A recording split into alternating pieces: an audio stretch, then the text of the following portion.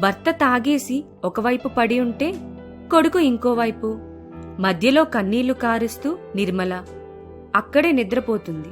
ఆ రాత్రి యేసుప్రభు నిర్మలకి దర్శనంలో, ప్రయాసపడి భారం వహించున్న సమస్త జనులారా, నా యొద్దకు రండి, నేను మీకు విశ్రాంతి కలగచేస్తాను అని యేసయ్య మాయమవుతారు.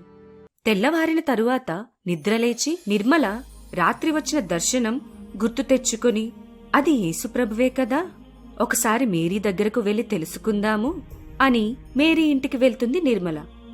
జరిగింది అంతా చెప్తుంది. అప్పుడు మేరీ, నన్ను కాపాడిన నా తండ్రి నిర్మలతో మాట్లాడావా అయ్యా? నిర్మల, నీకిష్టమైతే ఒకసారి చర్చికి రా, కుదరకపోతే నేను ప్రార్థనలు చేస్తాను, ఏదో ఒక సమయంలో మా ఇంటికి వస్తావా? అమ్మో, చర్చికా? నన్ను